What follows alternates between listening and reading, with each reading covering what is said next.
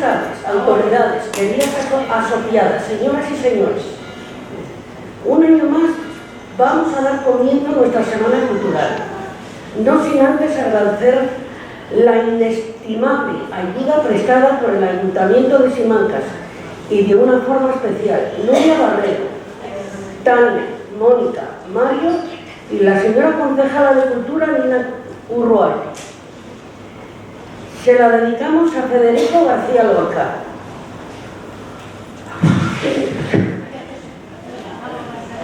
Conmemorando su nacimiento. Nació en el 98 y estamos en el 2025. Y dado la visibilidad a sus compañeras de la generación del 27, que desde el 2016 se han popularizado como las sin sombrero. A raíz de la publicación con ese nombre de la escritora Tania Balló, pues sin ellas la historia no estaría completa. Nos acompañará hoy la profesora María Isabel Cuenca.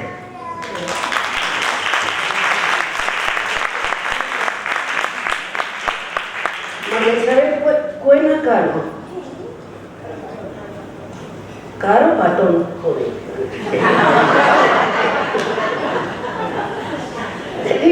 No ríes de Dios.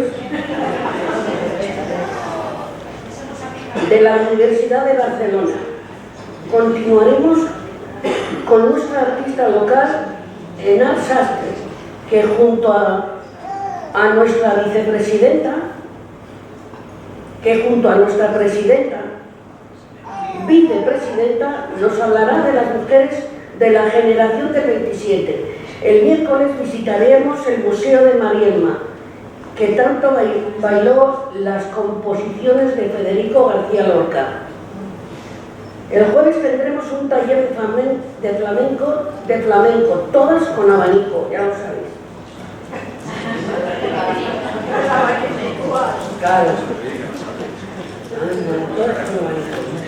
Y cerraremos la Semana Cultural con la actuación de dos grandes, Raúl Olivar a la guitarra y Paula Mendoza dando voz a Federico en Lorca lírico y flamenco. Muchísimas gracias y desearos contribuir la cultura de este gran pueblo de Simancas.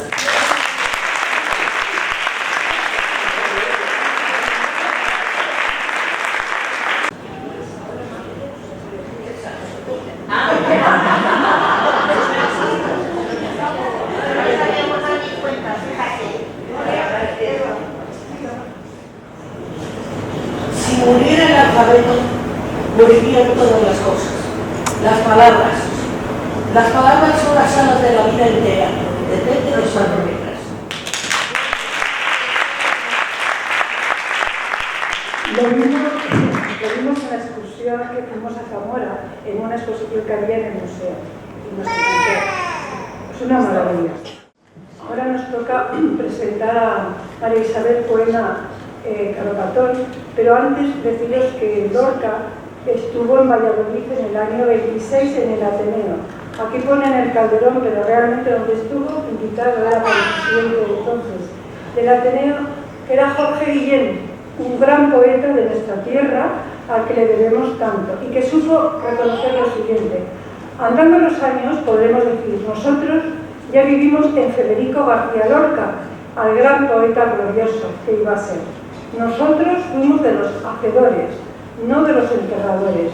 Es decir, que en el mundo poético como en el mundo profesional hay mucha envidia. Y aquí en Valladolid siempre se ha querido a Federico García Lorca. Instante patético, pero qué sencillo. Federico García Lorca es un gran poeta como 2 y 2 son 4. La historia no tendrá más remedio que decir amén. Este es Jorge Guillén, que la traduce. Como decía, nos acompaña la profesora María Isabel Cuena Caro Patón. A pesar de su corta edad, es una maravilla pensar todo lo que su trayectoria profesional. Ella está dedicada a mostrar la mujer en el mundo, del siglo de oro y en el mundo de Federico García Lorca, es decir, en sus escritos, en sus poemas, en su teatro, etc. María Isabel nació en Valladolid, es investigadora, docente y poeta de las nuevas generaciones. Hizo la carrera de Filología Hispánica y Estudios Literarios obteniendo el grado de máximo que se puede tener, que es el Premio Extraordinario de Grado. Ha hecho varios másteres, ha estado haciendo fellowship en Oxford y en estos momentos está trabajando en su investigación en Federico y en el siglo de oro en la Universidad de Barcelona en su tesis doctoral. En definitiva, es docente, es poeta, es investigadora, sigue la trayectoria de sus progenitores. Compagina su investigación con una activa labor creativa y de divulgación cultural. En ese sentido, sus textos poéticos los podéis leer en Internet, en las publicaciones digitales de la revista Análisis. Ahí están recogidos una antología Ave Amor y además ha realizado una antología poética titulada De Tiempo. Bueno, pues en el cruce de la lectura y la escritura, su trabajo busca repensar las formas de atención, el lenguaje como experiencia interior y la continuidad entre crítica y creación. La recibimos con un aplauso. Bueno, buenas tardes. Muchas gracias a Carmen y gracias también a Marte por haberme invitado a estar aquí y gracias a todos ustedes, a todas ustedes, si me lo permitís, a todas vosotras y a todos vosotros por escucharme hoy. Os tengo que contar, no lo puedo evitar, que me hace mucha ilusión estar aquí porque bueno, yo soy nacida en Valladolid, en algún sentido soy vallisoletana en la diáspora y volver a casa siempre es volver a casa y es muy especial y muy emocionante pues hablaros hoy aquí. Además, no he podido evitar, bueno, mirar el programa, tenéis un programa estupendo, me encantaría quedarme toda la semana. Los jueves tenéis un taller con abanicos. Bueno, yo viví aquí hasta los 14 años y estudié, pues hacía ballet y flamenco sevillanas en la Academia Castilla, en los que igual alguien la conoce, no lo sé. Lo digo porque al lado de la Plaza Mayor hay una tienda que se llama Jorge Guillén, que no sé si sigue existiendo. Si alguien se halla en falta de abanico, puede ir ahí y acordarse de una María Isabel niña que compró ahí sus primeros zapatos de flamenco. Que bueno, además es muy bonito, en fin, que sea mejor que en la tienda, me encanta. Sin más, empiezo. Os cuento que yo trabajo a García Lorca desde una perspectiva, en principio, académica. Pero y lo que estudio en concreto son los personajes femeninos de Lorca y lo que hizo con la Barraca, con su compañía de teatro, bueno, con la compañía de teatro que dirigía, porque no era suya. Sin embargo, yo también sigo a Lorca y lo sigo profundamente como creador y como poeta. Y bueno, para preparando esta conferencia he intentado un poco huir del rigor académico y de las cosas que igual pues todos ya podemos saber o que podemos encontrar muy fácilmente y intentar un poco ofrecer un haz de lectura de la obra poética y la obra teatral de Lorca, que bueno, que también es simplemente como una puerta de entrada o un camino. Y contar un poco también qué es lo que nos mueve. Bueno, por esto ya empiezo. He titulado la ponencia Dejad el balcón abierto, que es el segundo verso de uno de los primeros poemas de Lorca. El poema se titula Despedida y se incluye dentro del libro Canciones, que es uno de los primeros libros que publica Lorca. Pensad que Lorca nace en el 98, este es un libro del año 21 y Lorca ya pues, desde muy jovencito está escribiendo. Lo digo porque es muy llamativo. Canciones en realidad recoge textos entre 1921 y 1924 y junto con el poema del Cantejondo, que es un libro que se publica en el 21, es la única publicación anterior al archiconocidísimo Romancero Gitano, que es del 28. De todos modos, esto es un poco para situarnos y para que se vea que yo también pues, tengo una mínima idea de libros y de tal, pero a mí lo que me interesa verdaderamente es el poema. Y he escogido este poema, que para ser un poema de juventud, bueno, tiene un tono y unas características pues, muy serias y como un poco pesadas, pero por el segundo verso. Y bueno, el segundo verso y el verso que lo cierra, que son el mismo, dejar el balcón abierto. Porque me parece que es un gesto muy bueno para adentrar en la manera de mirar el mundo de Lorca y la manera de entender las palabras de Lorca. Os lo leo, aunque igual ya habéis tenido ocasión de leerlo ahora. Despedida. Si muero, dejad el balcón abierto. El niño come naranjas. Desde mi balcón lo veo. El segador siega el trigo. Desde mi balcón lo siento. Si muero, dejad el balcón abierto. ¿Dónde estamos? El poema se sitúa en una especie de espacio interior. Si nos imaginamos a la persona que está hablándonos, ¿no? Podemos pensar que está en la cama, quizás enferma, e igual en sus últimos momentos. Y el poema empieza con una petición que puede ser extraña, contra la costumbre del luto y frente a los usos funerarios tradicionales. No hablamos de cerrar un ataúd, sino de dejar un balcón abierto. Y fijaos que no es un balcón cualquiera, sino es el balcón, es un balcón concreto. El poema enseguida nos mete en un sitio que conocemos. Bueno, a lo largo de toda la presentación hay muchas imágenes. Este es uno de los decorados que Lorca dibujó para, no recuerdo ahora para qué obra, pero para una de sus obras de teatro. Fijaos que el gesto de dejar el balcón abierto reclama que más allá del final de una vida, que más allá de que una vida se acabe, se preserve un umbral, se preserve algo abierto, se cuide aquel lugar por el que puede pasar la mirada, por el que la mirada va de dentro a fuera. Bueno, esta es una imagen de Lorca hablando de la muerte, precisamente. También, bueno, se ve un poco mal, pero siempre tenemos en Lorca un poco estas dos caras, una cara más luminosa y una cara más grave, más consciente, que también es muy soñadora. Vuelvo al poema. Fijaos que la composición, ahora voy a hacer un poquito de comentario de texto, es muy sencilla. Es un poema muy corto, que son realmente 4 estrofas, de 2 versos cada una. Y si os fijáis, la rima que tiene es rima sonante y casi no la oímos. Riman abierto, veo, siento y de nuevo abierto. Es muy bonito, ¿no? Porque está hablando todo el rato de este salir para ver y para sentir, que quiere decir aquí escuchar.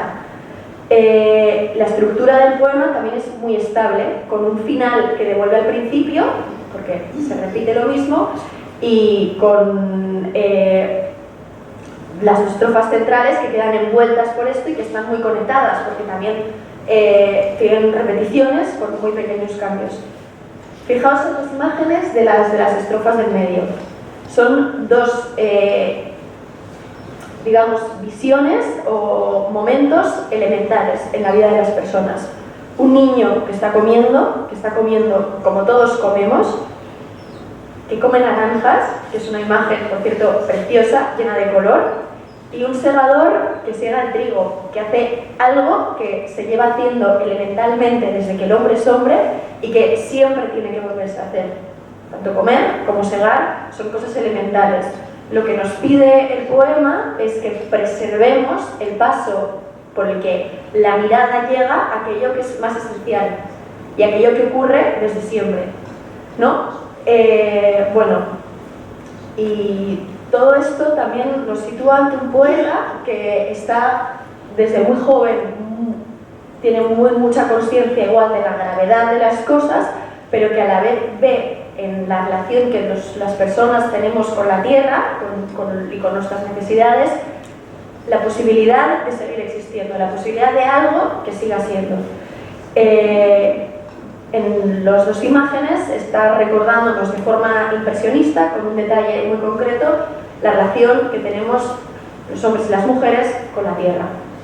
Y bueno, este deseo de sentir y de ver entre 2 espacios, el umbral del balcón, nos pueden servir muy bien como guía para acercarnos tanto a la poesía como a la dramaturgia de García Lorca. Por eso quería empezar por este poema, un poco como para meternos. Entonces, dejad el balcón abierto. Vamos a jugar con las palabras balcón y abierto. Empiezo por abierto, por esta idea de apertura.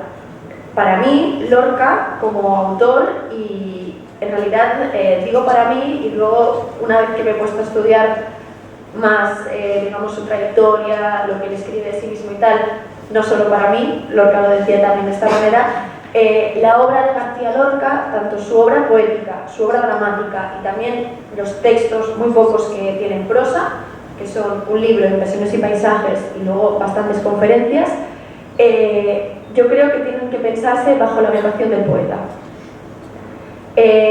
Fijaos en, bueno, si os acordáis de lo que ha leído antes Marte, de ese poema que se encontraron, las palabras son las alas. Esta conciencia de que las palabras son las alas, bueno, nos remite de hecho al primer poeta de todos los tiempos, que es Homero.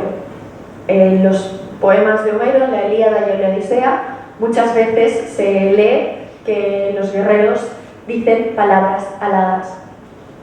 Lorca siempre es muy consciente de toda esta tradición y las palabras que son las alas, ¿no?, nos habla también de esa capacidad que las personas tenemos gracias al lenguaje, ¿no?, de entender lo que nos pasa, de pensar lo que nos pasa, de expresar cómo nos sentimos y también de ensanchar las posibilidades de lo que tenemos.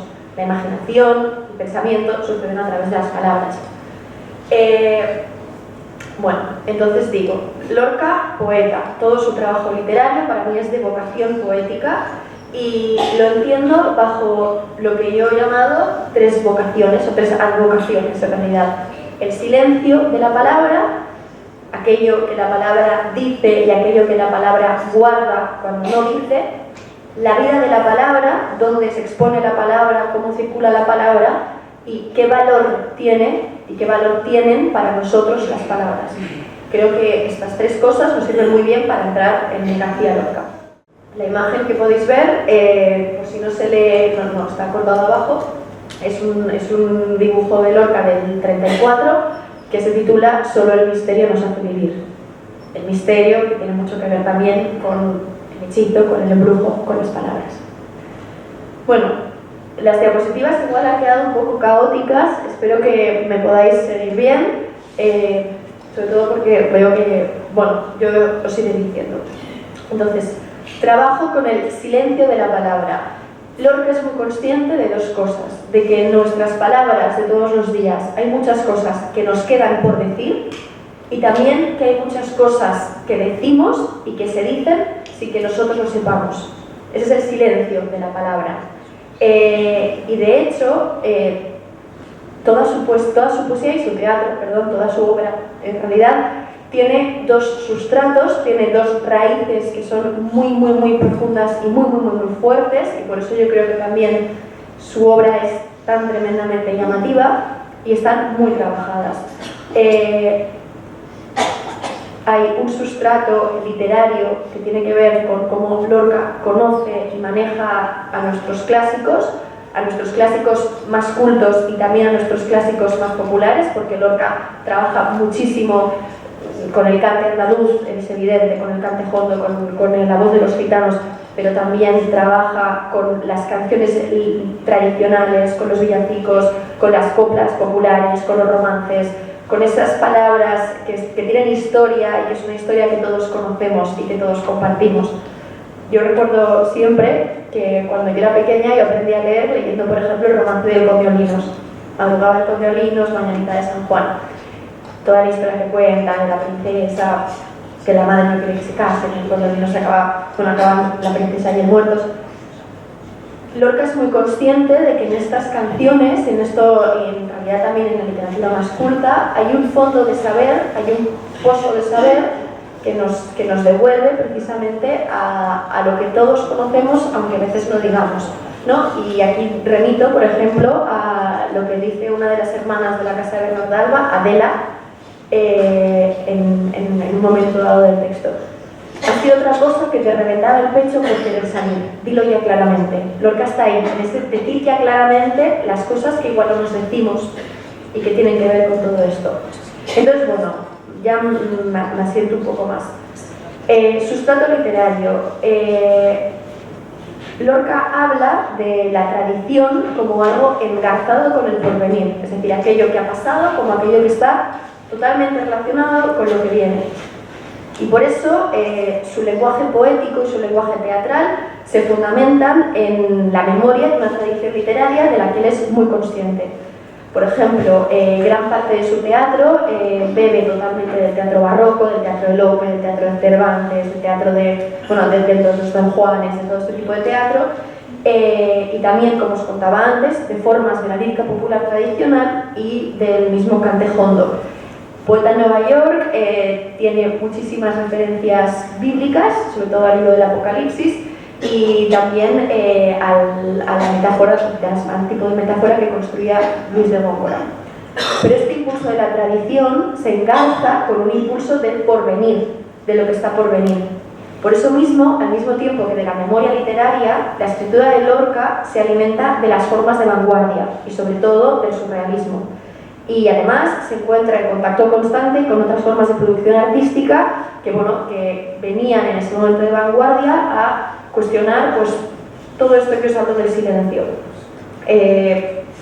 Lorca era muy amigo de Buñuel y escribió el guión de una película que respondía a Un chat andaluz, y también era muy amigo de Dalí, y aparte de que Lorca dibujaba, también con Dalí tuvo un proyecto de pintura, Los putrefactos, que no llegó a publicarse. Pero luego, por otra parte, el otro gran sustrato de la poesía de Lorca, además de lo tradicional, es el sustrato oral, el sustrato de las cosas que hablamos, de las cosas que decimos, y de hecho muchísima de su poesía y muchísimo de su teatro nos es muy rápidamente accesible, aunque a veces no lleguemos a entenderlo del todo, y esto a mí me pasa, porque recuerda mucho al habla de cada día y a las cosas de cada día. El niño come naranjas. Por eso, gran parte de toda su producción mira a las formas más elementales en las que se expresa la necesidad humana, o lo que es lo mismo, a las formas más elementales de las relaciones que tenemos con lo que nos rodea. Lorca era, en sus conferencias, profundamente natural y tremendamente generoso. No tenía ningún problema en decir lo que pensaba y lo que sentía, tal y como lo pensaba y como lo sentía. Y eso es algo que también su poesía y su teatro recogen. Lorca no es un poeta ni un escritor que recree, en el sentido de que no construye grandes artificios retóricos. Poeta en Nueva York puede ser muy difícil, pero no es en absoluto artificial. Y tampoco simplemente narra, como otros poetas, otros autores, ni simplemente hace inventario, no hace listas de cosas. Busca siempre expresar lo compartido. Quiere dar expresión que es metafórica y expresión que es alegórica. Es un artista multifacético, además. Trabaja con la imagen, trabaja con el sonido, trabaja con el baile, trabaja con el vocabulario. En segundo lugar, trabajo con la vida de la palabra. El dibujo que tenéis aquí es una de las ilustraciones de Poeta en Nueva York. Y me gustaría que os fijarais en que en el edificio que hay, queda un poco cortado, pero más a mi derecha está escrito el alfabeto, en esa ciudad donde parece que todo se acaba. Pensad que una persona que escribe y que no hace circular lo que escribe, realmente no escribe. Y una persona que escribe y hace circular lo que escribe, no solamente escribe, también comparte y entiende que aquello que escribe y aquello que comparte puede hacer comunidad, puede entrar en diálogo con nosotros. Pensad también que la palabra es lo más común, lo que todos tenemos, y Lorca trabaja con la palabra para reavivar sus posibilidades de comunicación. Esta cita de María Zambrano me parece que es maravillosa para entender qué es lo que hace Lorca. Sin aguardar a ser buscado, va, como la poesía misma, al encuentro de todos. Y la poesía sigue, la cita sigue, lo tenéis un poco más arriba, al encuentro de todos los que creen necesitarla y los que no. ¿no? Parece que la poesía, que a veces tanto nos cuesta, que a veces no se puede dar pereza o es tan opaca, pues es algo que igual todos necesitamos en algún momento. El poeta, el autor, es en ese sentido tremendamente generoso. Y esta vocación pública que Lorca como autor tiene, creo que se relaciona muy bien con algo que para mí llama la atención muy rápidamente de los textos de Lorca. Y es que son textos que uno puede leer en intimidad, pero son textos que reclaman absolutamente ser leídos, ser declamados o ser escuchados. No son textos para guardar en el silencio de una habitación. Ni siquiera Poeta en Nueva York es un texto para leer callando. Lorca trabaja muchísimo el ritmo, incluso cuando no hay rima o cuando no se trata de versos. Y esta vocación sonora nos sitúa en el espacio de lo público, de lo que todos compartimos, de lo que decimos en voz alta. Ese es el trabajo que hace Lorca con la comunidad de la palabra. Y por último, con el valor ritual de la palabra. A Lorca le interesaban muchísimo los rituales, le interesaba especialmente la Semana Santa, tiene varios momentos importantes con distintas Semanas Santas, y también por eso le interesaba mucho, pues por ejemplo, del teatro más tradicional, los autos sacramentales, que son las obras que pues, en el siglo de oro y un poco antes y un poco después se representaban en la fiesta del Corpus Christi. Pensemos un momento en qué es un ritual y qué función cumple un ritual.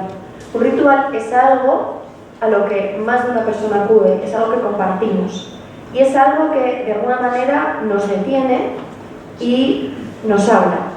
Dice algo que apela a todos, pero que a cada uno, ¿no?, lo significa a su modo. No dice de una manera uniforme, sino que los rituales están pensados para hablar a los individuos, para hablar a las personas como individuos, quiero decir. Un ritual también es algo que precisamente porque el ritual vuelve, está de alguna manera fuera del tiempo lineal y tiene que ver con la repetición. Por lo tanto, también tiene que ver con la rememoración, con la memoria. Toda esta idea del ritual es muy importante, yo creo, en todo el trabajo de García Lorca. Y bueno, fijaos por ejemplo en Panorama Ciego de Nueva York, cómo esta idea del ritual está también muy vinculada con lo que os decía antes, con la relación humana, con lo más elemental y muchas veces con la tierra. Dice, la tierra con sus puertas de siempre que llevan al rugor de los frutos. Esta es un poco la introducción y mi lectura de García Lorca. Ahora ya voy a hacer un pequeño como repaso de su biografía, simplemente como para situar las cosas más elementales, y de ahí ya sí que hablaré más de su obra poética y de su teatro. Pero bueno, quería presentaros a lo que es un poeta, digamos, con todas las palabras del poeta. Pasamos de lo abierto al balcón. ¿Desde dónde miraba Lorca? ¿Desde dónde escribía Lorca? Lorca nace el 5 de junio de 1989 en Fuentevaqueros.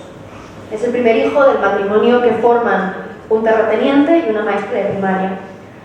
Su infancia la pasa entre Fuentevaqueros y un pueblo cercano que se llamaba Asquerosa y que se llamaba Valderrubio. Estudia en el Instituto de Granada y tiene desde muy pequeño un interés muy fuerte por la música, casi antes que por la literatura. Y él quería estudiar piano. No, sus padres no lo dejaron. En 1915 inicia 2 carreras en la Universidad de Granada, Derecho y Filosofía y Letras. Junto con esta iniciación, digamos, universitaria, que bueno, Lorca no llegó a acabar, iba, venía, sus padres le mandaban volver y luego él lo dejaba y tal. Frecuenta una tertulia literaria, que es la tertulia literaria del Rinconcillo en el Café Alameda, donde ya conoce a intelectuales y artistas de la Granada de la época. También aquí es cuando realiza sus primeros dibujos. 1919 es el momento en el que él viaja a Madrid y entra en contacto con la residencia de estudiantes, donde se encuentran sobre todo a Dalí y a Buñuel, entre otros tantos. Sus primeras obras las escribe entre 1918 y 1921. El primer libro que publica es su único libro en prosa, que es Impresiones y paisajes, lo publica en 1918. Es un libro que recrea los paisajes de Andalucía y sobre todo de Granada, fruto de las excursiones que hacía como profesor catedrático de Historia del Arte. Lo siguiente, su primer estreno teatral es de 1920, es la obra El maleficio de la mariposa, y finalmente su primera obra de poemas, que financió su padre, es de 1921, es el libro de poemas. Por supuesto, no me quiero dejar el hecho que, digamos, sitúa a Lorca en la órbita pues, de Jorge Guillén, de Dámaso Alonso, de Alberti y de todos estos nombres que fueron tan importantes, que es el homenaje a Góngora en 1927, cuando una serie de poetas viajan a Córdoba y homenajean a Góngora y lo ponen en primer plano, digamos, del panorama literario. Góngora había estado durante siglos apartado del interés del público y del interés también de la academia, y estos poetas entienden que el trabajo que hace pues, Don Luis con la metáfora y con la imagen poética es en realidad la pura modernidad literaria. Lorca, de hecho, tiene una conferencia absolutamente fascinante sobre Don Luis de Góngora, que es la imagen poética de Don Luis de Góngora. En esta conferencia, él cuenta precisamente, él explica que Góngora, para escribir como escribía, tenía que ser un profundo enamorado de las cosas y fijarse mucho en las cosas. Es un poco lo que ellos recuperan. Y una cosa muy llamativa es que pensar que Lorca nació en el 98 y muere en el 36, es decir, muere con 38 años. Claro, tiene que llamar la atención, o es muy llamativo, ¿no?, cómo construye un cosmos literario, un mundo literario propio en apenas 20 años. Su viaje estético, el viaje que hace en la construcción de este mundo, que tiene, pues, como os enseñaba antes, la imagen del balcón y el dibujo de la muerte, yo diría que dos caras, tiene dentro una reflexión muy honda que él, sin embargo, no llega a expresar nunca, no llega a exponerla de ninguna manera que no sea a través de precisamente su obra literaria. Es verdad que tiene algunas conferencias y algunas entrevistas, pero la mejor manera de conocer a Lorca y de entender lo que pensaba Lorca es acceder a sus textos. Eso está claro. En la construcción de este mundo literario, Lorca, y esto también es muy llamativo, no está nada cerrado afuera, deja el balcón abierto. Su personalidad es artística, su personalidad artística, es muy polifacética. Escribe poesía y teatro, sobre todo, pero se hacía también cine, con Emilio Amero proyecta el guión de Viaje a la Luna, y dibuja. Además, participa de distintas revistas de la época, como la revista Gallo y la revista Litoral, y está muy involucrado con la responsabilidad pública del poeta, con el trabajo del poeta para llevar a todos aquello que tiene aquellos significados que son importantes, digamos. Por eso mismo, otra cosa que es muy interesante es que Lorca es un estupendísimo mediador. Pensamos en el trabajo con La Barraca, que es una compañía de teatro universitario con la que se recorre España para enseñar nuestro teatro clásico, el teatro del siglo de oro. También en las muchísimas conferencias que imparte sobre temas muy diversos, lo que os decía antes. Don Luis de Góngora, también sobre el Cantejondo, sobre otros poetas. Lorca conferenciante, además, es prácticamente un caso único dentro de su generación, puesto que Jorge Guillén, Dámaso Alonso eran profesores universitarios y Alberti leía en voz alta sus poemas.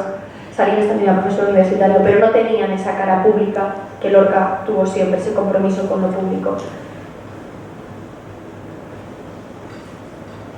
Y bueno, y luego dentro de esta como mediación, ¿no?, también es un artista que viaja, que se mueve. Los dos viajes más importantes son el que realiza, por supuesto, a Nueva York entre 1929 y 1930, y también el que realiza a La Habana. Mediador generoso. Cuando está en Galicia escribe poemas en gallego. Tiene muchísimas facetas. Y vamos ya a la poesía. Bueno, esto me ha salido un poco mal. Os había traído tres poemas para hablaros un poco de la ética del poeta que tiene Lorca. No los vamos a leer porque no tiene ningún sentido. Eran tres poemas de Poeta en Nueva York, de Romancero Gitano y de su primer libro de poesía, de canciones. Los tres giran en torno a la imagen de la luna, porque lo que me interesaba un poco que vierais es, que os he dicho, como Lorca construye un cosmos poético, un mundo poético, que también está en el teatro y que es muy denso. Y también era un poco algo que me interesaba decir, ¿no? Se puede llegar a Lorca y se puede llegar a su mundo literario por caminos muy diversos, pero hay un centro que siempre se repite. No voy a leer los poemas porque me parece un poco tal, sí que quiero leeros los versos, por lo menos los versos que tienen que ver con la luna, para que también un poco transmitiros esa capacidad tan tremendamente polifacética de Lorca.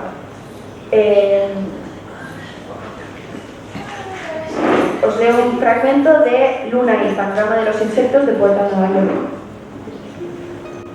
No nos salva la gente de las zapaterías, ni los paisajes que se hacen música al encontrar las llaves oxidadas. Son mentira los aires. Solo existe una cunita en el desván que recuerda todas las cosas. Y la luna, pero no la luna.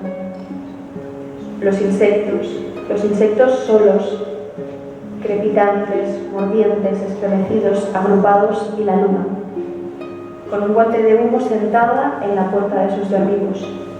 La luna. Este fragmento que es tremendo.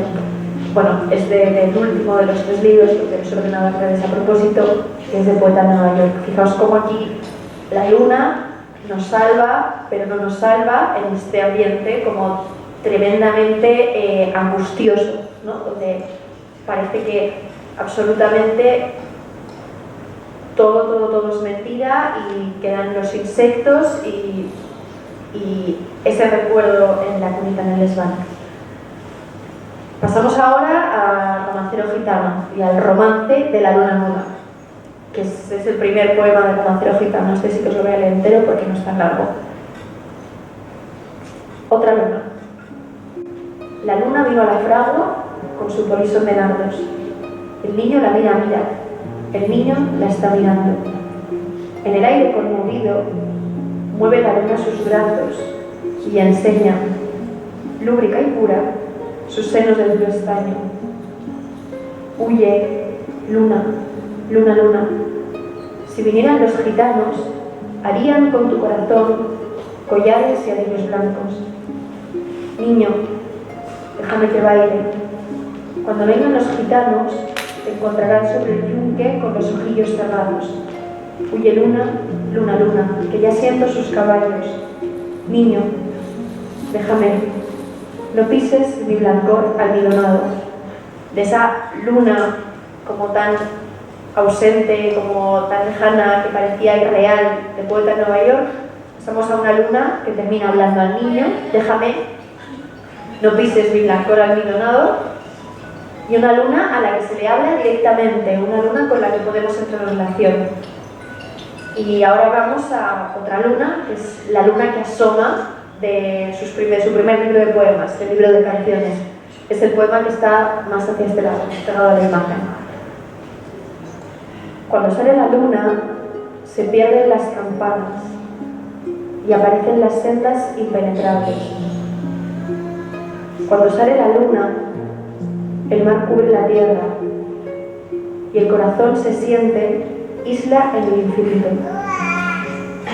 Nadie come naranjas bajo la luna llena.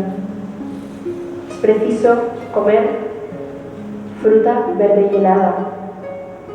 Cuando sale la luna de 100 rostros iguales, la moneda de plata solloza en el bolsillo. Perdón. Otra luna. Tenemos tres lunas que no tienen nada que ver, pero que en los tres casos nos están hablando de algo con lo que tendríamos que poder tener una relación. La luna es real, que hemos perdido en Nueva York. Esta luna que termina hablando con su polisón de nardos en el Romancero Gitano, aquí esta luna que asoma, que parece casi esa luz, ¿no?, con la que algunas veces podemos hacernos pues, las preguntas más importantes, ¿no? Ante esa luz de la luna en la oscuridad, en la intimidad, en la oscuridad, pero iluminados, nadie come naranjas. No estamos ante ese niño alegre. Un poco para situarnos, quería traer también estos poemas. Ahora sí, voy a presentaros un poco como su trayectoria poética y su idea poética. La propuesta estética de Lorca es viva y cambia muchísimo. Ya lo habéis visto, 3 poemas que no tienen nada que ver. Sin embargo, hay cosas que se repiten y no por ello es menos coherente. Os decía antes, el pensamiento poético de Lorca madura muy deprisa y está siempre vinculado con aquello que se puede escuchar, con la dimensión oral de la palabra, con aquello que hay que decir en voz alta, que se puede, igual no se puede decir en voz alta y por eso tenemos la poesía para decirlo en voz alta. Construye un mundo alegórico muy denso que está, bueno, que toma suelo en la tradición literaria culta y popular, en la memoria de nuestras letras, en nuestra historia. Y su ética de poeta yo creo que es dar voz y nombrar lo elemental. Estoy repitiendo mucho esto. Desde su intimidad hasta la intimidad de lo colectivo, al adentro que todos compartimos. Son muy bonitas estas 2 citas, estos 2 comentarios del mismo Lorca. El primero es el prólogo al libro de poemas y es su poética. Ahora sí, voy a presentaros un poco como su trayectoria poética y su idea poética. La propuesta estética de Lorca es viva y cambia muchísimo. Ya lo habéis visto, 3 poemas que no tienen nada que ver. Sin embargo, hay cosas que se repiten y no por ello es menos coherente. Os decía antes, el pensamiento poético de Lorca madura muy deprisa y está siempre vinculado con aquello que se puede escuchar, con la dimensión oral de la palabra, con aquello que hay que decir en voz alta, que se puede, igual no se puede decir en voz alta y por eso tenemos la poesía para decirlo en voz alta. Construye un mundo alegórico muy denso que está, bueno, que toma suelo en la tradición literaria culta y popular, en la memoria de nuestras letras, en nuestra historia. Y su ética de poeta yo creo que es dar voz y nombrar lo elemental. Estoy repitiendo mucho esto. Desde su intimidad hasta la intimidad de lo colectivo, al adentro que todos compartimos. Son muy bonitas estas 2 citas, estos 2 comentarios del mismo Lorca. El primero es el prólogo al libro de poemas y es su poética.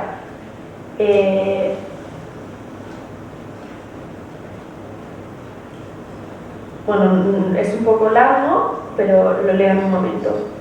¿Qué voy a decir yo de la poesía? ¿Qué voy a decir de esas nubes, de ese cielo? Mirarlas, mirarle y nada más. Lorca es un poeta, entonces dice, yo tengo el fuego en mis manos. Yo lo entiendo y trabajo con él perfectamente, pero no puedo hablar de él sin literatura. No puedo hablar de lo que hago cuando escribo, tengo que escribir. Quemar el Partenón por la noche para empezar a levantarlo por la mañana y no terminarlo nunca. No terminarlo nunca porque la poesía es una labor que no se acaba. En mis conferencias he hablado a veces de la poesía, pero de lo único que no puedo hablar es de mi poesía. Y esto es muy importante lo que dice ahora, porque muchas veces se piensa que Lorca era un genio. Los genios trabajan, y él lo dice muy claramente. No puedo hablar de mi poesía porque sea un inconsciente de lo que hago. Al contrario, si es verdad que soy poeta por la gracia de Dios o del demonio, también lo es que lo soy por la gracia de la técnica y el esfuerzo, y de darme cuenta en absoluto de lo que es un poema. Y luego, aquí esto es una conferencia, esto es la poética que comenta con Gerardo Diego en su primer libro de poemas. Esta idea de poeta que trabaja el fuego se convierte cada vez más en la idea de un poeta que se refiere, que habla con sus lectores como si fueran sus amigos, desde una intimidad de aquello que comparten, las palabras tienen alas. Por eso, en una lectura de poemas en el Teatro Barcelona, en el año 35, pide lo siguiente. yo ruego a todos que por un momento nos sintamos amigos íntimos todos, que olvidemos las proporciones de la sala, las curvas de terciopelo que orlan bancos y platea, y nos hagamos la ilusión de que estamos en una pequeña sala donde un poeta, con toda su modestia y sencillez, va a daros, sin desplantes ni orgullo, lo mejor, lo más hondo que tiene. Lorca es, otra vez, tremendamente generoso. ¿Y qué es lo más hondo que tiene, lo más hondo que entiende Lorca que tiene? El deseo que ha de volver siempre y cada vez, y la imposibilidad muchas veces de llevar a cabo, de realizar el propio deseo, que también es algo que ha de volver siempre y cada vez. Y muchas veces Lorca encuentra, para expresar esto, la voz de los marginados.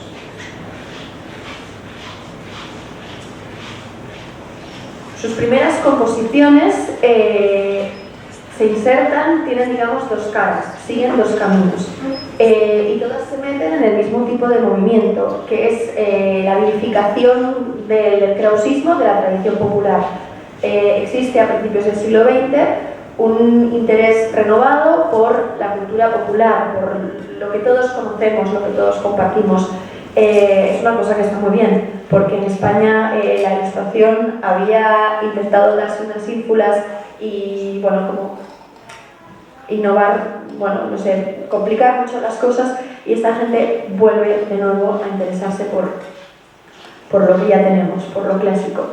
La lírica tradicional, la poesía tradicional, se empieza a pensar como aquello que define al conjunto de la nación, al conjunto nacional.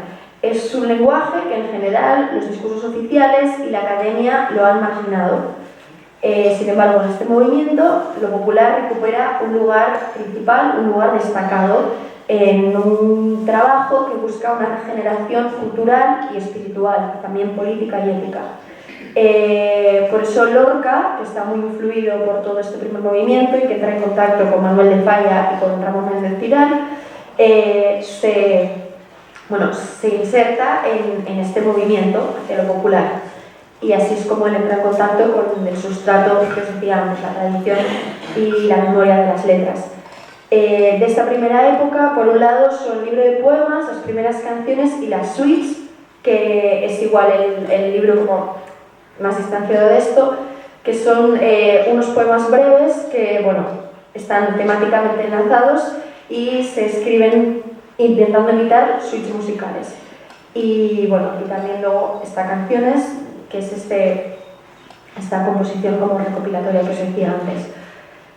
Junto a en esta primera época, digamos, Lorca tiene este tipo de composiciones que son neopopulares y que trabajan también mucho con la poesía como más del romanticismo, y de aquí se va a, bueno, tiene otro tipo de trabajo que tiene que ver con los ecos hondos y otro tipo de cultura popular, que es la cultura andaluza y gitana, donde la idea del choque entre el deseo y la imposibilidad de realizar el deseo se va como expresando de manera cada vez más clara. Estas composiciones muchas veces son de corte impresionista, y bueno, son sobre todo estas dos, el poema del Cante, son estas dos. El poema del Cantejondo, que Lorca lo escribe en 1921, pero no se publica hasta el 31, y el Romancero Gitano, que digamos, yo creo que es de las que más conocemos. Romancero Gitano es un tremendo boom en la época, porque Lorca consigue algo que no se había hecho antes, que es combinar la lírica popular andaluza y las imágenes tradicionales, la guitarra, la petenera, la Guardia Civil, todas estas imágenes como de la imaginería, en combinación con elementos de modernidad, con elementos de las vanguardias, y los da, por tanto, una personalidad que hasta entonces no tenían. Es un trabajo para renovar lo que es tradicional, lo que todos conocemos, y transforma precisamente la historia, o lo que igual tenemos todos un poco naturalizado, olvidado, dice Lorca a veces infantilizado, y lo transforma en algo que se puede comprender desde la poesía de una manera más profunda, y que también tiene desde ese momento conexión con el futuro, que esto es algo muy importante. De aquí cambiamos totalmente de tercio, porque nos vamos de poemas que son muy sonoros, muy musicales, que tienen una rima y un ritmo digamos, muy evidentemente trabajados, a Poeta en Nueva York. Poeta en Nueva York es un libro que se escribe en 1929, se publica póstumamente en 1940. Es a raíz de un viaje a Nueva York que Lorca hace para visitar la Universidad de Columbia. Lorca llega a Nueva York en el año de 1929, que es el año del crack del 29. Entonces, lo que él se encuentra en las calles, la miseria, la pobreza, la desesperación, es algo que cambia su expresión poética. Es una pena que no se vean los dibujos, son todos dibujos de Poeta en Nueva York. Bueno. Y aquí la pregunta por lo elemental, por la necesidad y por el deseo cambia, porque empieza a expresarse desde la ciudad, desde la urbe. Y digamos que Lorca, que aquí bebe mucho de imágenes bíblicas, sobre todo nos decían desde el Apocalipsis, consigue recrear una atmósfera súper angustiosa, donde la civilización y el mundo natural parece que son tremendamente opuestos, pero a la vez se tocan. Bueno, y ya para acabar, porque tampoco quiero haceros aquí un inventario, otras composiciones muy importantes son, por ejemplo, Llanto por Ignacio Sánchez Mejías, que es una elegía compuesta a raíz de la muerte del torero Ignacio Sánchez Mejías en 4 partes. Cuando Lorca visita Galicia, escribe los 6 poemas galegos, los escribe entre 1932 y 1934, y luego, y también ahí conecta con la tradición de la lírica galaico-portuguesa, son unos poemas para mí maravillosos. Y luego, en los poemas de Diván y Tamarit, que se publican cuando Lorca ya ha muerto, vuelve a trabajar con la tradición poética de suelo andalusí. Ahora la escribe en la tradición poética árabe.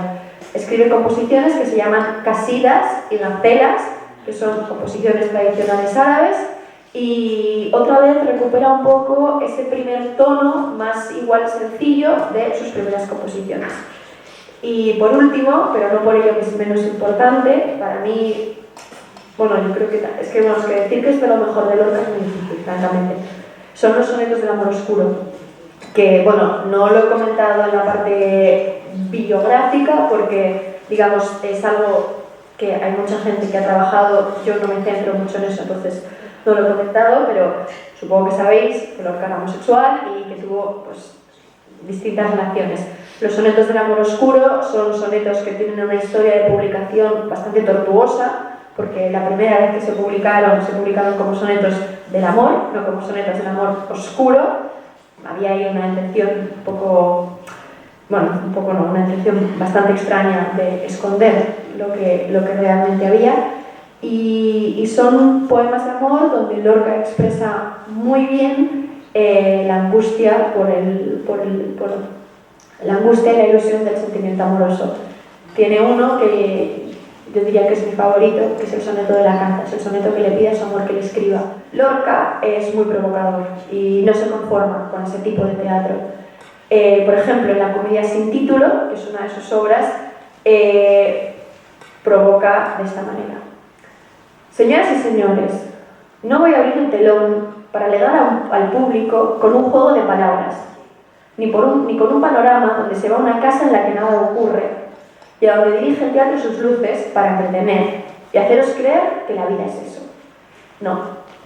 El poeta, con todos sus 5 sentidos en perfecto estado de salud, va a tener no el gusto, sino el sentimiento de enseñaros esta noche un pequeño rincón de realidad.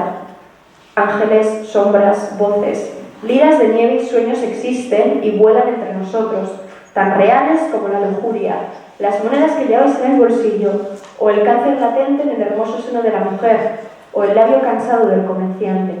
Venís al teatro con el afán único de divertiros, y tenéis autores a los que pagáis, y es muy justo, pero hoy el poeta os hace un encerrón, porque quiere y aspira como ver vuestros corazones, enseñando las cosas que no queréis ver, gritando las simplísimas verdades que no queréis oír. Me gustó mucho de este pasaje, y lo he traído por eso, como Lorca le da la misma realidad a aquello que en principio es fantasía o cuento, ángeles, sombras, voces, liras de nieve y sueños, que a otras cosas que a veces nos escondemos la lujuria, el cáncer latente en el hermoso seno de la mujer, el cansancio del comerciante y también las cosas que nos dan de comer, las monedas que lleváis en el bolsillo. Lorca expone todo esto de una misma manera. Bueno, el teatro de Lorca es un teatro poético y un teatro total. Su lenguaje es simbólico y tremendamente poético y reconecta de nuevo con la tradición clásica del siglo de oro español. Esto ya lo he dicho muchas veces. Y en su temática, sobre todo, expresa la oposición entre deseo y realidad, como el choque entre el individuo y lo colectivo.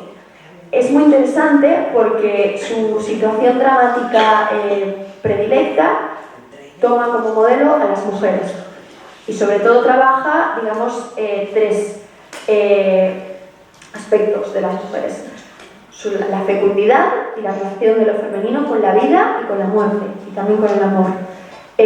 Lo femenino se trabaja como aquello que puede generar la vida, como lo maternal y también como lo sexual. Y también habla y pone en primer plano a mujeres que tienen problemas de mujeres. Una de las obras que yo estudio y de las más igual conocidas es Yerma, una mujer que está casada, se encuentra en una relación matrimonial en la que igual, pues digamos, no hay mucha, el amor no es algo que circula y ella desea tener un hijo, pero no puede. Toda la sociedad espera que esa mujer tenga un hijo y ella no puede. Y Lorca expresa perfectamente la angustia de esta negación, de la no generación de vida, de lo estéril. También habla de la vida y del deseo y del amor. Y también habla de la muerte, como parte de un ciclo de vida universal. Los personajes femeninos de Lorca suelen tener un carácter muy fuerte y muy luchador, pero normalmente se encuentran con destinos trágicos. Y esta dimensión trágica que le da a lo femenino es algo en lo que yo trabajo y es algo que me parece muy interesante, porque no era algo nada habitual en la escena. No era absolutamente nada habitual. Y desde luego, si se trataba desde el punto de vista del melodrama. Lorca coge a mujeres de distintas edades y distintas situaciones, aunque normalmente mujeres recién casadas o casaderas, también alguna mujer ya casada, pero normalmente jóvenes, y da a sus conflictos de vida una dimensión seria, una dimensión profunda, una dimensión trágica, en un teatro que lo que quiere es expresar al público aquellas verdades que no entretienen, aquellas verdades que de alguna manera nos confrontan, nos enfrentan. Y todo esto se combina con un teatro que está en constante experimentación. Su obra dramática es muy ecléctica y, bueno, es un poco lo que os voy a contar ahora. Lo que hay detrás, la fotografía que se ve es de una de las últimas producciones que se hizo de Yerma, precisamente, que es esta obra que os hablaba. Bueno, como esta diapositiva era un poco más, pues así, técnica, son muchas obras enumeradas, pues he dicho, bueno, os pongo un fondo que está un poco más interesante. Lorca tiene dos tipos de teatro y es muy llamativo porque se escriben a la vez. No tiene etapas, no tiene épocas. Trabaja a la vez en dos direcciones. Tiene un teatro muy innovador y un teatro popular, un teatro muy sencillo, muy cercano. El teatro innovador es rupturista y es vanguardista.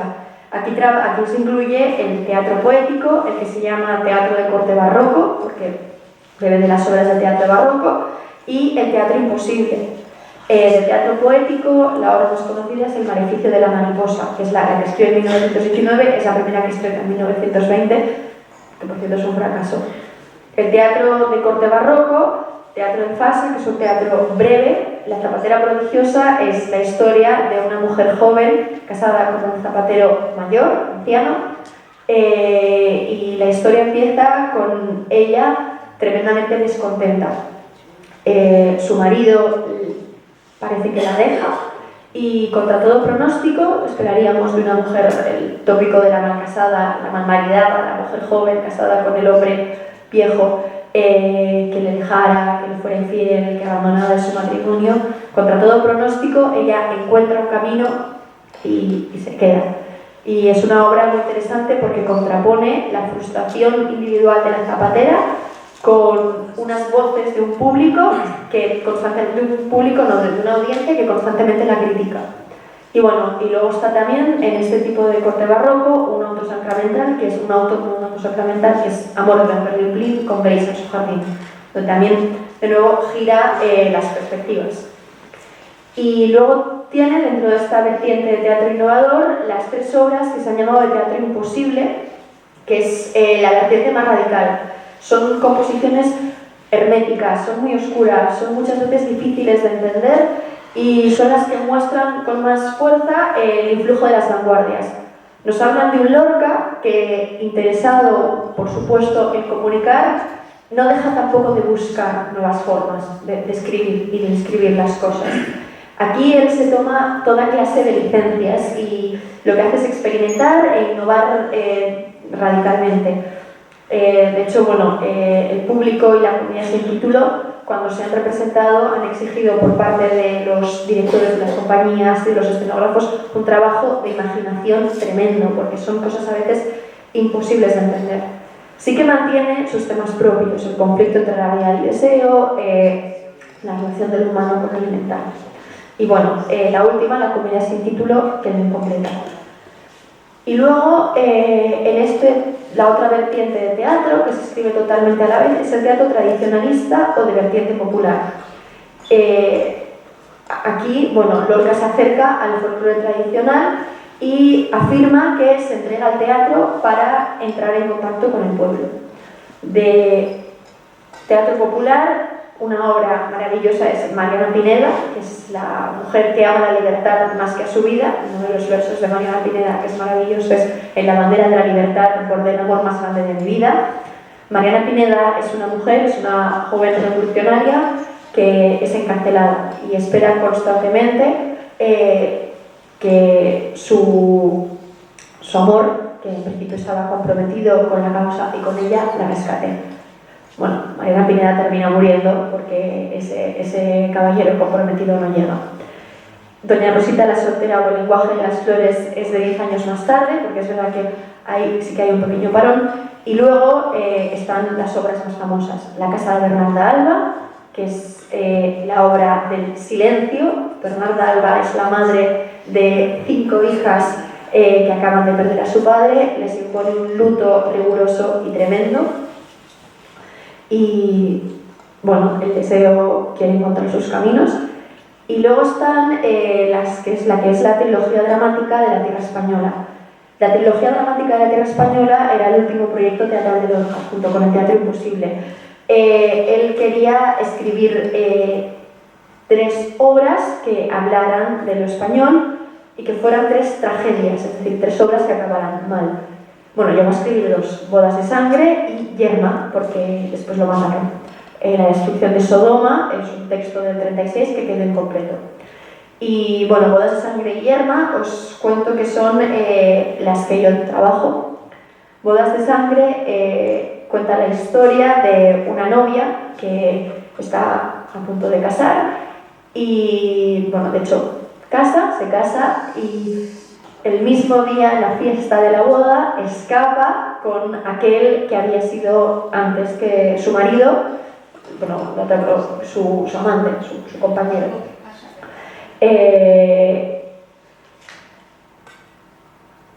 La novia, que no tiene nombre propio porque es una novia, experimenta los nervios de una novia y otras cosas también de una novia, puede experimentar una novia, está marcada por la luna. Y bueno, la huida trágica de los 2 amantes termina con la muerte del novio y de Leonardo, que es con el que ella se escapa. Yerma es la obra que os comentaba antes, que es la mujer que ansía tener un hijo y es un personaje muy muy fuerte que al final termina siendo capaz de morir por su deseo. Y bueno, la destrucción de Sodoma, poco os puedo decir por lo mismo, porque está incompleta y bueno, un poco ahí se queda. Es verdad que, salvo en la destrucción de Sodoma, que es incompleta, en Doña Rosita la soltera y la casa de Bernarda Alba, Lorca da un pequeño giro y le quita peso al componente trágico. Son textos igual donde digamos que la sociedad española se refleja de manera más realista, que era como un pequeño cambio. Y por último voy a hablaros muy rápidamente de La Barraca, que es una compañía de teatro que se funda en la Universidad Complutense de Madrid, que entonces era la Universidad Central. Vive de 1932 a 1936, primero bajo dirección de García Lorca hasta el 35 y a partir del 36 con una dirección errante durante la Guerra Civil. Es el gobierno de la República que da una subvención tremendamente generosa, de las que ya no se dan al teatro, en la línea de las misiones pedagógicas. La experiencia con la compañía de La Barraca destaca sobre todo por lo que tiene de labor social. Lorca recupera las obras clásicas y se las ofrece al pueblo. Fijaos que es precioso como recupera aquello que pues ahora podemos, bueno, hemos leído en el colegio, hemos estudiado, hemos ido a ver al teatro. Lorca lo vuelve a ofrecer. Asimismo, lo aprovecha para entrar en contacto con un público que no está en las ciudades, o no solo está en las ciudades, porque va por los pueblos, y adquiere una experiencia como director de escena y también como creador de escenas, porque, bueno, os he puesto aquí algunos figurines de los que representa Lorca. Estos son los figurines que diseña para La Barraca, que también, bueno, ya lo siento, pero esto lo podéis encontrar por internet si buscáis figurines de García Lorca. Y bueno, ese itinerario por España y por lo popular tiene un eco pues, en su obra. Lo que tenéis aquí abajo es también uno de los diseños para una de las escenografías, porque algo que hace Lorca, y que es también precioso, es que no porque el público sea menos adinerado vamos a escatimar en gastos y vamos a escatimar en novedades. Entonces diseña este tipo de escenarios. Diría que esto es para Don Juan Tenorio, imaginaos. Bueno, Don Juan Tenorio no, perdón, para el Burlador de Sevilla y Convidado en Piedra, que es la obra anterior de Don Juan. ¿Qué se proponía La Barraca? El teatro universitario se propone la renovación con un criterio artístico de la escena española. Para ello se ha valido de los clásicos como educadores del gusto popular. Nuestra acción, que tiende a desarrollarse en las capitales, donde es más necesaria la acción renovadora, tiene también a la difusión del teatro en las masas campesinas, que se han visto privadas desde tiempos lejanos del espectáculo teatral. Los clásicos como educadores del gusto popular, esa idea de la tradición enlazada en el porvenir, siempre como una especie de conexión. Y nada, con esto acabo. Y quería acabar con esta cita que es de la imagen poética de Luis de Góngora, porque me parece, bueno, muy bonita, nos devuelve también a ese balcón abierto. Dice Lorca que para que una metáfora tenga vida necesita dos condiciones esenciales: forma y radioacción. Forma, una metáfora tiene que ser algo que podamos ver, y radioacción, algo que pueda actuar, algo que nos permita imaginar, que nos lleve más allá. Su núcleo central, la forma, la imagen, lo concreto, y una redonda perspectiva en torno de él. El núcleo se abre como una flor que nos sorprende por desconocida, porque en la metáfora hay algo que tenemos que aprender, algo que no conocemos. Pero en el rayo de luz que lo rodea hallamos el nombre de la flor y aspiramos la calidad de su perfume. Y bueno, con esto termino la presentación. Espero no haber sido muy técnica y espero que os haya pues, gustado. Muchísimas gracias por escucharme y nada, para mí ha sido un placer.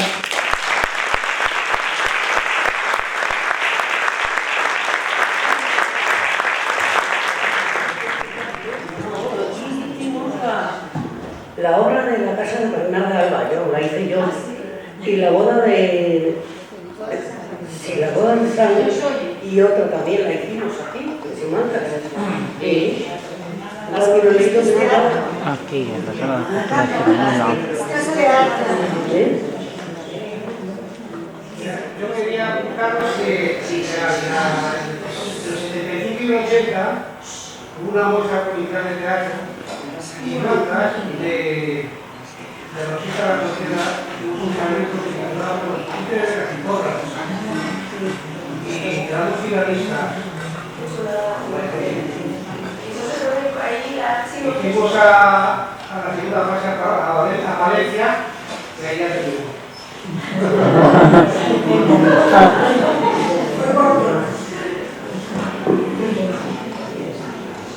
¿Hay material de archivo de esto?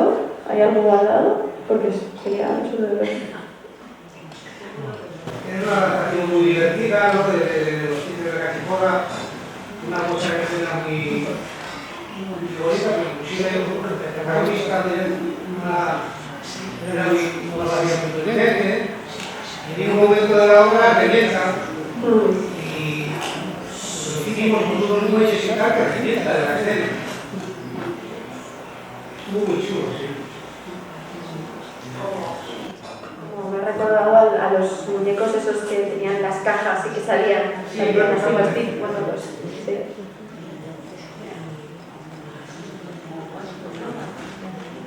Ahora vamos a entregar tus detalles.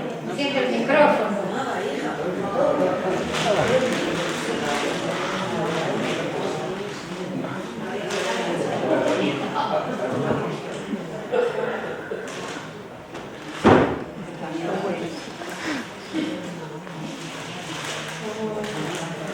Viene bien envuelto.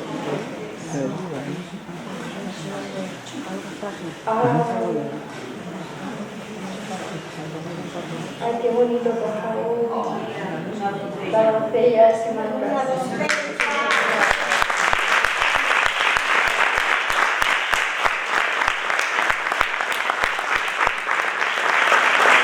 No lo he puesto en la presentación, pero Lorca tiene muchos dibujos de manos y muchos dibujos de manos contadas. Cuando hoy Carmen me contaba, veníamos aquí, me contaba la historia de Simancas, que yo no la conocía, he pensado, qué cosa más lorquiana. Me parece una pasada, es precioso, muchas gracias.